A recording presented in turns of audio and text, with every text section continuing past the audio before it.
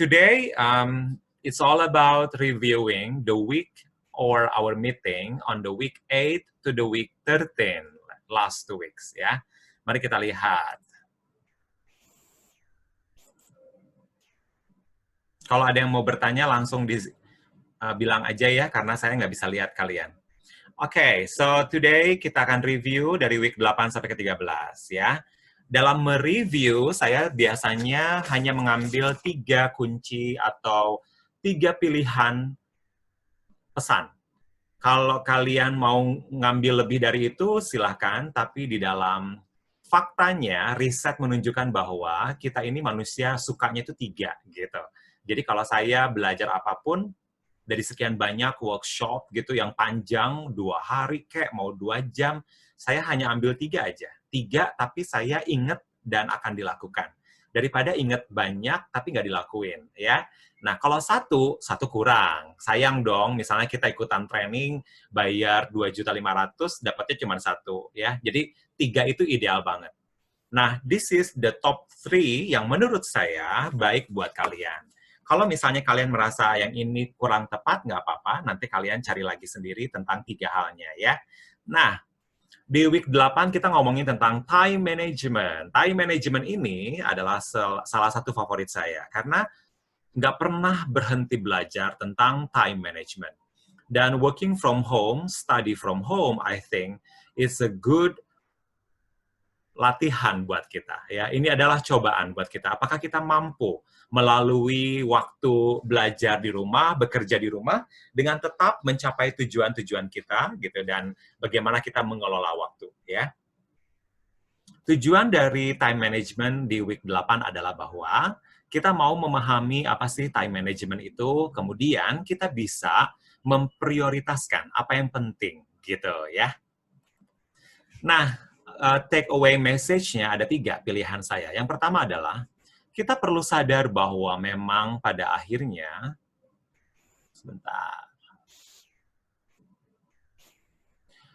pada akhirnya adalah time management itu tentang waktu yang sekarang dan masa depan. Waktu yang sudah lewat nggak bisa diapa-apain lagi, bener nggak? Karena time pass is gone forever. Waktu yang sudah lewat ya udah lewat, udah hilang selamanya. Nah, yang kita mau fokuskan dalam time management adalah sebetulnya the time that we are now in, ya, present, saat ini, dan berikutnya. Jadi besok, tahun depan, 15 tahun dari sekarang, dan sebagainya. Itu yang kita bisa kelola. Yang udah lewat, ya sudah, ya. Kita nggak usah sesali lagi. Kemudian yang kedua tentang time management adalah bahwa kita banyak sekali keinginan, kita banyak sekali rencana, kita banyak sekali kegiatan. Nah, yang perlu kita lakukan adalah gimana caranya kita meluangkan waktu kita lebih banyak untuk hal-hal yang penting. Misalnya hari ini saya mau ngajar, saya hari ini juga diundang untuk pembicara di salah satu grup retail, kemudian saya juga mau lanjutin menulis buku saya, ya, yang baru selesai 45 story dari 100, berarti masih ada 55 story yang saya belum tulis. Kemudian saya juga mau makan enak, kenapa? Karena habis puasa kemarin sebulan, saya juga baru aja lanjut puasa Syawal, jadi saya masih lupa nih hari ini kadang-kadang bahwa saya itu boleh minum gitu ya, karena udah nggak puasa.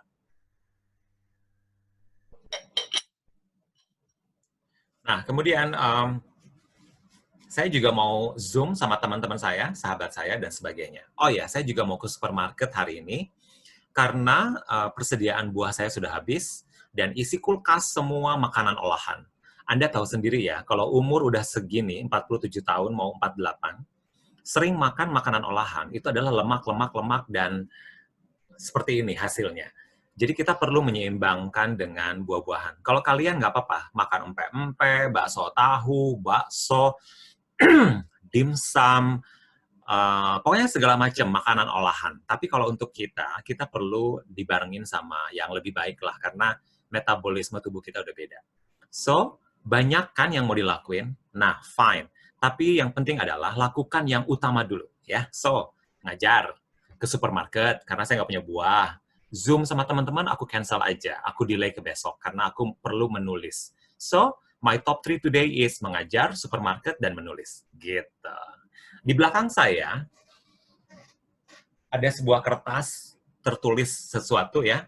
Itu adalah pada saat saya ingat sesuatu, saya tulis dulu. Saya ingat sesuatu, saya tulis dulu. Itu adalah buat bahan buku saya. Gitu. Nah, yang ketiga, dari time management adalah 3 hal yang three-prong attack. 3 hal yang kita harus fight.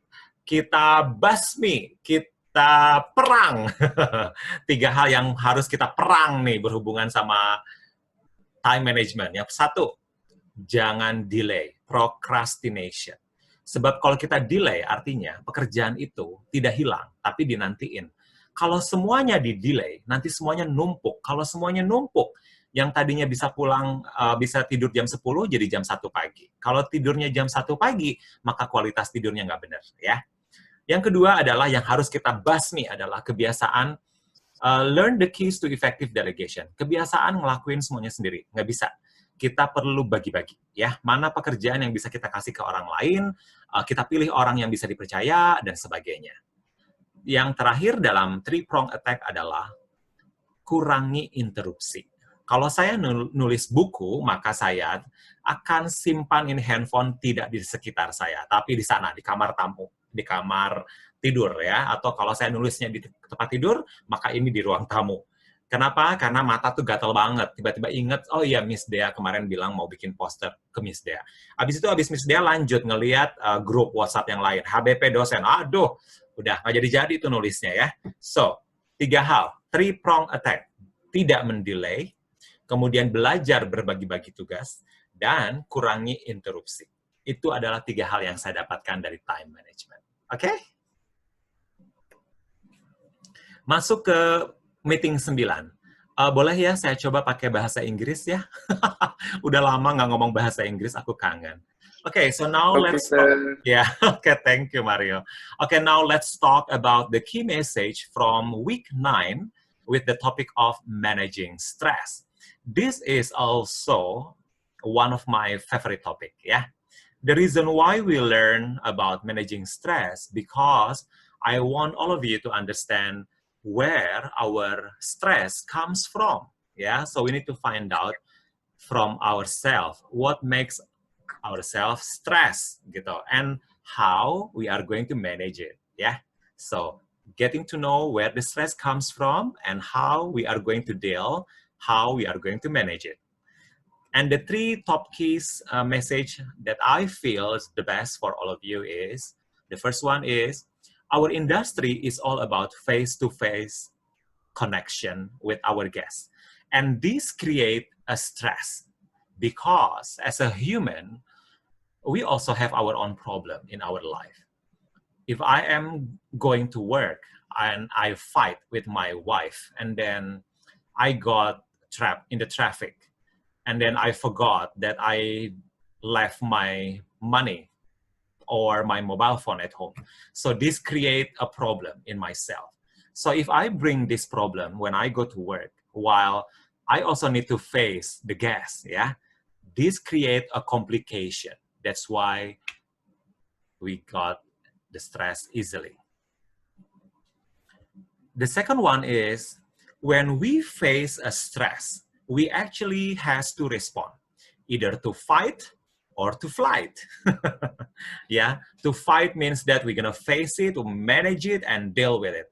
And flight means that we are away from it. Yeah. So, unfortunately, you choose fight or flight. Both needs our energy.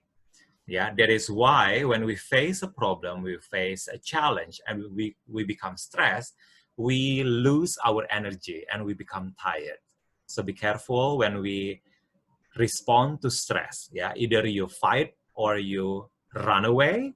Both, it's all about losing your energy. So if I can suggest you, let's just fight with it, because either to fight or to flight, we also lose our energy. Yeah, so let's use our energy to fight our problem. The last one is about recognizing our stress. After we learn to recognize the stress, it is actually the time for you to be aware of its consequences of excessive stress. Yeah, that is why the next logical step is to learn how to manage the level of stress in the workplace. If you ask me how I learn to manage my stress, I actually take some time to be alone. I close my door and then take a breath. Yeah, this is my favorite thing. Take a breath. Listen to your breath. Forget all the problem that you are facing now. Yeah, let's go back later to think about the solution. But now, let's just be relaxed, close your eyes, and take a deep breath. Listen to your breath.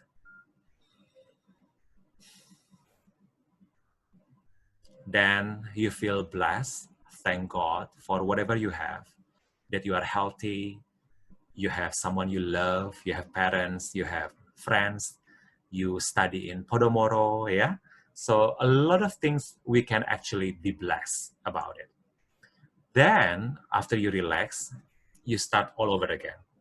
Miss Dea loves to do meditation, but I, as a Muslim, I don't have to do meditation. Sheila and I can go praying, yeah? We do praying 5 times a day, so I think it's quite good and enough for me and for Sheila. So I would suggest you to find the best way that you can do and manage your stress, because when it is excessive, you can actually over exhausted. Okay, so those are the 3 keys from our meeting 9 about managing stress. Yeah. If you have any question, please interrupt me, ya. Thank you. Sekarang ke meeting 10 tentang kreativitas. Judulnya adalah Promoting Creativity. Bukan kreativitas doang, tapi promoting. Kenapa? Karena again, the whole time we learn in organizational management, kita menempatkan diri kita sebagai manager, sebagai leader, bukan sebagai staff, ya. That's why creativity ini we are going to promote to our team, gitu. So the reason why we learn promoting creativity in the week 10 is actually you and I have to understand how creativity itu mempengaruhi ya performance kita dan bahkan performance departemen dan bisa jadi performance perusahaan kita sehingga profitnya meningkat. Dan fakta menunjukkan dari yang saya share waktu di minggu 10, ternyata 15% profit itu naik gara-gara kita lebih kreatif, ya. Nah, contohnya salah satu sahabat saya yang memiliki, dia 15 tahun ya membangun usaha konsultasi, membangun properti dan rumah. Kebanyakan sih perumahan ya. Jadi dia tuh punya staff 15 orang, 5 orang tentang yang memahami bahan-bahan bangunan, 5 orang yang memahami desain interior dan landscape, yang 5 lagi admin. Sejak COVID, mereka semua kehilangan customer. Kemudian, so let's be creative. Mereka ternyata dari 15 staffnya, yang 3 orang pintar masak, yang 2 orang pintar jahit. Kemudian teman saya sendiri ya sebagai pemilik bisnis, dia adalah master di bidang business administration, dan dia juga ngerti banget yang namanya spa. So, spa nggak mungkin dilakuin. Jadi, apa yang mereka lakukan? Jahit makanan. Oke. Jadi sekarang mereka punya perusahaan catering, ya, dan masker APD. Tapi banyak sekali perusahaan bikin masker dan APD. Nah, mereka membuatnya lebih dari sekedar masker dan APD, gitu ya. Jadi customize, kemudian kualitasnya bagus, bahannya diimport. Kebetulan kan sebagai pengusaha dia punya network di luar negeri ya, vendor-vendor yang udah dia kenal. Jadi kreatif membuat perusahaan mereka sampai sekarang, meskipun 3 bulan ini mereka nggak kerja dengan konstruksi bangunan, tapi mereka tetap bisa berjalan bisnisnya, ya, dan mereka bahkan jadi lebih solid satu dengan yang lain, dan yang pasti, 15 orang karyawan ini tidak ada PHK sampai sekarang. Oke? Nah, 3 pesan dari kreativitas adalah bahwa kita sebagai leader, sebagai manager, diminta untuk menciptakan suasana bekerja yang mendukung adanya kreativitas. Dengan cara apa sih? Banyak. Misalnya, kita minta ide kepada tim kita, tapi jangan minta ide aja, tapi juga kita lakukan, ya, supaya mereka merasa dihargai. Yang kedua, kita sering bertanya. Jadi kalau tadi pagi saya tanya, apa nih dapat dari acara seminar dengan Miss Dea kemarin? Itu adalah cara saya untuk stimulasi kreativitas kalian. Jadi saya dalam setiap kali saya mengikuti seminar, training, Zoom gitu ya, webinar, saya selalu menyempatkan diri bertanya. Kenapa? Karena saya ingin mempertahankan kreativitas saya, gitu. Karena mencari pertanyaan itu tidak mudah. Dan bertanya itu bukan melulu tentang tidak tahu. Sebetulnya saya bertanya bukan karena saya tidak tahu. Bisa jadi saya bertanya untuk mewakili orang lain yang saya yakin ada yang nggak ngerti, gitu ya. Atau kalau saya tidak bertanya buat diri saya, dan saya juga tidak bertanya buat mewakili orang lain, maka pertanyaan saya sebetulnya adalah menantang pikiran saya untuk mencari dari apa yang orang itu sampaikan yang bisa saya jadikan sebuah pertanyaan. It's all about kreativitas, oke? Dan yang ketiga adalah teknik untuk kreatif, yaitu Scamper. Nah, ini yang paling populer. Scamper adalah 7 kata kerja, ya, yaitu substitute, combine, adapt, magnify, eliminate, reverse, and rearrange.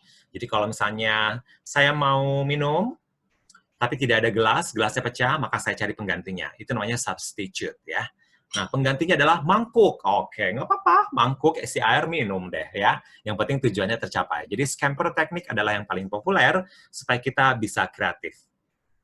Itulah meeting ke-10.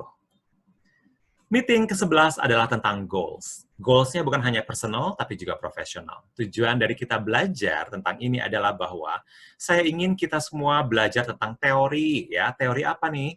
Teori membuat goal yang spesifik dan difficult. Kenapa perlu goal-nya tuh yang spesifik supaya gampang, arahnya jelas, mau dicapai seperti apa? Dan kenapa difficult? Karena kalau gampangan, kalau mudah, nggak menantang buat kita, ya. Buat Anda yang baca IG feed saya kemarin tentang bagaimana setiap tahun saya mendapat gelar di kampus, nah itu adalah goal saya yang sulit, ya. 900 mahasiswa, satu angkatan. Saya terpilih menjadi 20 terbaik, ya, pada saat orientasi. Nggak mudah untuk jadi 20. Kemudian jadi best trainee di Singapura. Kemudian mahasiswa lulusan terbaik dari 900. Tidak mudah. Sorry, bukan 900. Angkatan ada 7 mahasiswa terbaik, dan saya terbaik untuk jurusan saya, ya, Rooms Division. Rooms Division itu berarti sekitar 200 orang. Itu nggak mudah, dan itu perlu goals yang difficult. Oke? Nah, 3 hal yang saya suka dari topik kita di minggu 11 adalah bahwa punya goal pasti ada manfaatnya. Jadi kita tuh aware tentang mental kita, emosi kita, dan fisik kita. Pada saat saya menentukan goal ingin menjadi mahasiswa lulusan terbaik, maka saya perlu menyiapkan mental saya. Artinya, saya siap untuk belajar lebih keras dari yang lain. Saya siap di mana teman-teman saya clubbing, saya nggak clubbing. Karena saya nggak punya waktu. Saya juga kerja soalnya, ya, jadi perawat.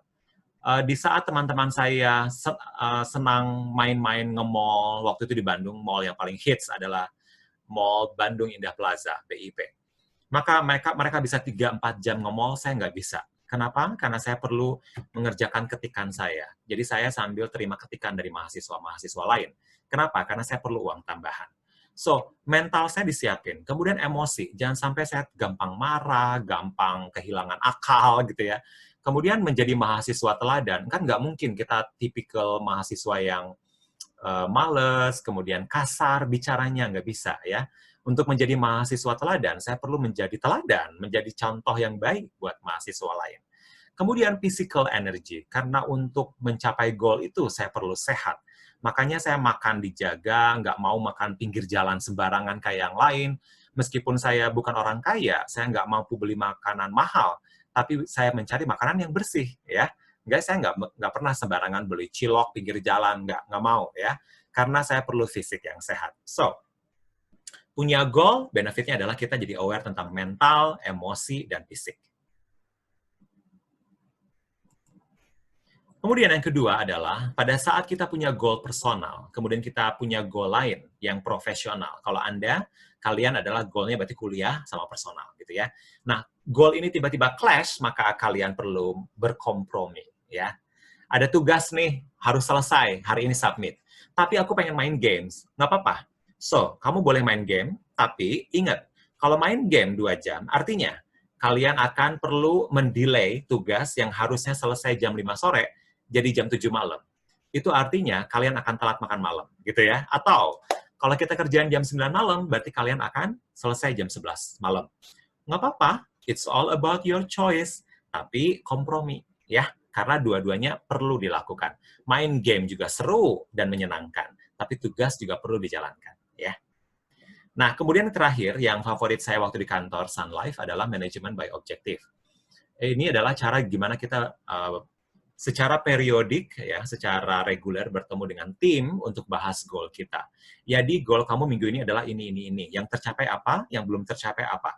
Yang belum tercapai mau diapain? Apa rencana kamu minggu depan? Kayak gitu, ya. Sehingga kita tuh setiap hari tahu kita mesti ngapain. Nggak ada tuh yang namanya santai-santai, kopi-kopi jam 10, habis itu jam setengah 12 pergi makan siang, jam 2 bingung mau ngapain, nggak ada. Ya, nggak ada kayak begitu. Hari ini mau ngapain, aku udah tahu. Gitu. Tapi ingat, saya tetap punya waktu buat berbahagia, buat main-main, buat makan enak, buat ngobrol. Oke? Meeting ke-12 tentang power and politics. Ini paling banyak pertanyaan dari kalian tentang ini. Karena memang kita sangat dekat, dan politik dan power itu terlihat sekali pada saat kita bekerja, ya. Tujuannya adalah di meeting ini saya ingin kita tahu bahwa power itu bisa menjadi dua mata pisau. Power bisa membuat kita jadi powerful, atau power bisa membuat kita jadi powerless. Power akan membuat kita menjadi powerful pada saat kita tahu cara mencapainya dan menggunakannya dengan baik. Tapi power akan berubah menjadi powerless. Kita kehilangan power pada saat kita menyalahgunakan. Ya, artinya bermain politik. Menggunakan kekuatan kita untuk kepentingan sendiri. 3 key message yang saya ingat dari power and politik adalah bahwa power itu fix, jumlahnya segitu aja. Jadi, kalau 5 orang, tiba-tiba yang satu naik jabatannya, maka powernya naik. Yang ini naik, yang 4 akan turun powernya, otomatis. Karena power ini nggak bisa bertambah, jumlahnya sama, ya. Jadi, jangan heran kalau misalnya kita punya teman kerja, sesama leader, sesama manajer, pada saat dia naik, kita bilang dia rese, bukan rese. Dia menggunakan power, dan kita kehilangan power. Fair, ya, it's okay. Kemudian seseorang mendapatkan power itu banyak sekali caranya. Salah satunya adalah dengan strategic contingency, di mana dia punya power karena dia punya sesuatu yang orang lain nggak punya. Ya. Contohnya, Senin, minggu depan nih, Senin saya akan ngajar buat SMK Santa Maria. Mereka mintanya 3 sesi. Saya nggak bisa 3 sesi ya, karena capek dong, gila. 8.30, 10.30, 11.30. Wah, pingsan aku ya, ngomongnya online lagi. Online tuh capeknya double daripada ngajar biasa. So, Sir Dawes bilang, satu aja, kita kumpulin 300 SMK Santa Maria, ya. 300 muridnya, gitu. Nah, kenapa ya saya yang dipilih? Minggu lalu saya SMA Ricci. Sebelumnya SMA Vita, Surabaya. Kenapa saya yang dipilih? Karena topik komunikasi, Podomoro merasa bahwa saya yang paling tepat. Dengan saya terpilih menjadi dosen untuk mewakili Podomoro, tanpa disadari, saya punya power lebih daripada yang lain. Untuk hal komunikasi ya, maksudnya ya. Oleh sebab itu, pada saat kita bikin acara The New Normal, saya pula yang diangkat, yang ditunjuk menjadi moderator. Apakah saya paling pinter? Tidak. Ya. Apakah saya yang paling tahu? Tidak. Saya bahkan tidak tahu Pak Tantowi mau ngomong apa, ya. Tapi kenapa saya yang dipilih? Karena saya dianggap punya kekuatan untuk menggabungkan 4 pembicara dan menutup dengan there is a life, there is a hope, gitu. Jadi, cari kelebihan kita supaya kita punya power. Itu namanya strategic contingency. Dan terakhir tentang power adalah 4 cara kita mendapatkan power secara personal, yaitu dengan membangun karisma, punya specific knowledge yang orang nggak punya, kemudian kalau kita belajar, kita komit untuk benar-benar dapetin pengetahuannya. Orang lain lupa, kita nggak lupa, gitu ya. Kalau saya tanya, oke, dapat apa nih dari seminar kemarin? Kalau kita serius, kita akan ingat CHS, Cleanliness, Health, and Safety. Kakak saya WhatsApp, ya, dia adalah GM hotel di Bandung. Dia bilang gini, tolong bikinin dong kata-kata kalau hotel gue tuh aman. Ya udah bikin dulu, nanti aku benerin, aku bilang gitu ya, karena bahasa Inggris. Dia sama ikutan juga seminar itu. Jadi saya sebagai moderator, dia peserta salah satunya ya. Keponakan saya juga ikutan, dia dan satu lagi adik saya ikutan. Terus dia bikin kata-katanya, sama sekali nggak ada CHS-nya. Aku giniin, loh bukannya kemarin kita seminar ya? Ada loh 3 kata yang Tantowi bilang, penting banget, dan ditekankan lagi sama Ibu Evi, bahwa layanan itu bisa jadi bukan nomor 1, tapi yang CHS ini nih. Terus dia bingung, yang mana ya? Aku bilang, inilah kenapa kalau kita training, seminar, jangan lupa nulis. Dia langsung ngakak ketawa. Ya udah deh, aku bikinin namanya juga kakak sama adik ya. Oke, so kalau kalian lihat nanti IG story atau IG feed atau websitenya sebuah hotel di Bandung, kata-katanya bahasa Inggrisnya apa, ada CHS, itu adalah kata-kata saya, ya. So, jadilah punya orang kekuatan, gitu, dan gunakan kekuatan kita untuk hal baik, supaya kita jadi powerful, bukan sebaliknya, jadi powerless. Dan mohon maaf, saya tidak tertarik dengan drama politik di kantor, jadi jangan pernah mengajak saya ikutan drama di kantor, ya. Terakhir adalah leading in hospitality organization. Tujuan kita belajar tentang leadership adalah bahwa kita perlu tahu perbedaan manager dengan leader. Ya, leader itu lebih dari sekedar manager, karena dia memikirkan strategi ke depan jauh. Kalau manager cukup ngomongin gimana caranya menyelesaikan masalah, tapi kalau leader menyelesaikan masalah dan gimana caranya, nanti tidak terulang lagi. Ya, jadi penduduk yang baik dia akan fight dengan COVID.